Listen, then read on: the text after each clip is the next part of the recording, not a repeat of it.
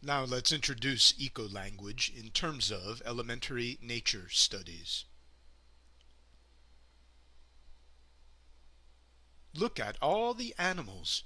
Some are big and some are small. Some can go very fast. There are lots of kinds of plants too. Some are small, like little flowers. Some plants are big, like trees.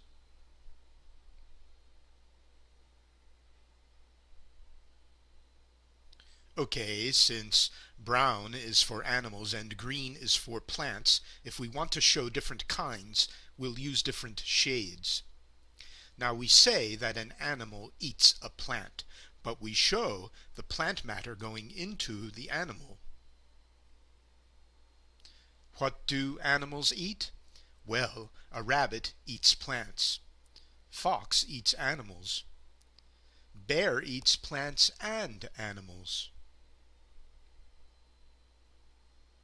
Animals need food to grow. So do people. Food gives us energy. What else do we need?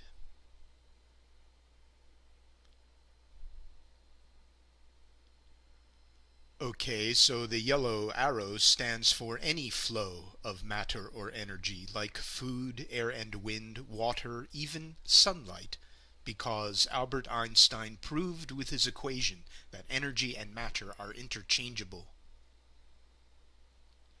Things live because of the sun. It heats up the air and causes wind. The wind brushes the water and makes currents. Also, the sun heats up the water, and the water vapor rises into the air to make clouds. Where will plants grow? In sunlight. The green chlorophyll collects and stores the sun's energy. The plant also uses carbon dioxide from the air and gets water and minerals from the soil. Sunlight, air and water, soil and minerals. We'll see these together so often, let's put them together. Scientists call this group of sources solar energy and biogeochemicals. Bio means living things, and geo means earth. These are the input to every food chain. The first link is plants, then an animal that eats the plants. Of course, the animal also drinks water, breathes air, stands in the sunshine, maybe even gets minerals directly, like when a cow licks salt. But we're looking at a food chain.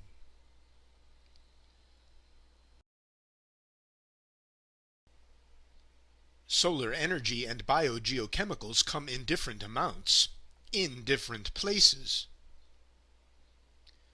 Different green plants become adapted to them, and animals eat different things.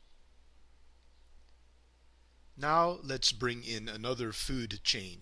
There's corn, it's fed to the chickens, and the human eats some of the corn and the chickens.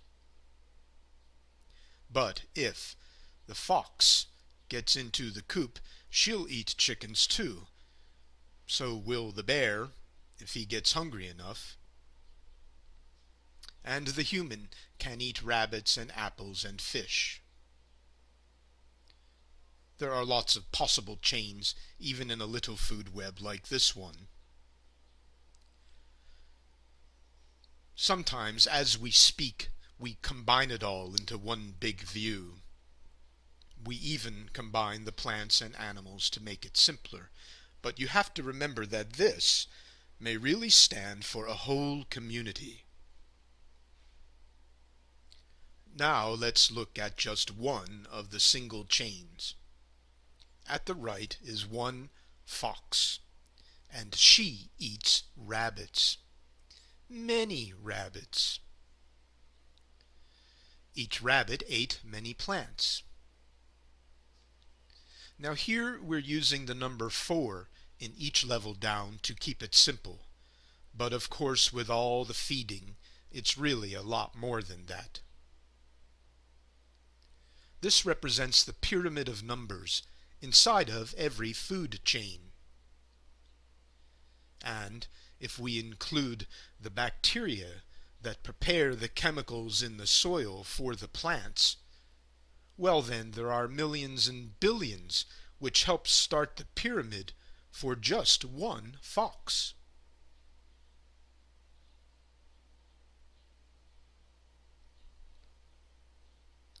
Let's go back into the forest.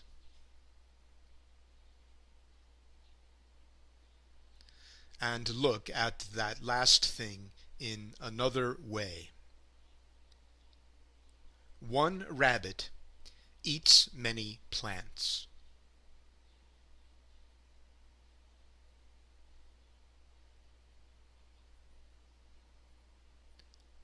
And one fox eats many rabbits.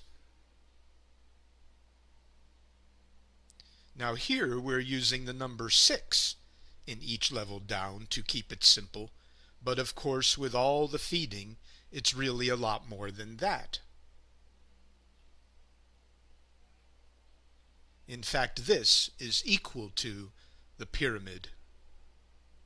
Now, we always hook up the sources to the pyramid, so let's pull the sources off screen when we flip to this one.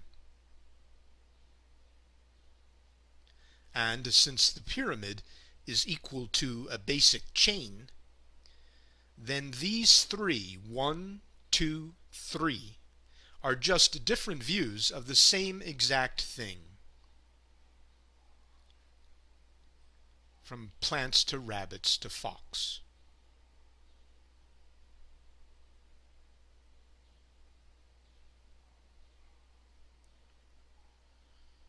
Now, of course, the fox ate a variety of animals, and each animal ate a variety of plants.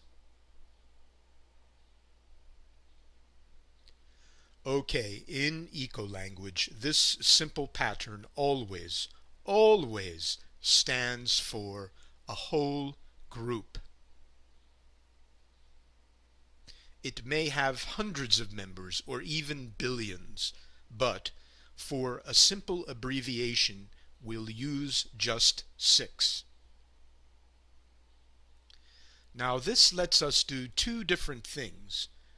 We can show a single organism, and then all of its inputs. A bear eats plants and animals. And we can show organisms coming together, like humans, perhaps with a leader, to form a group.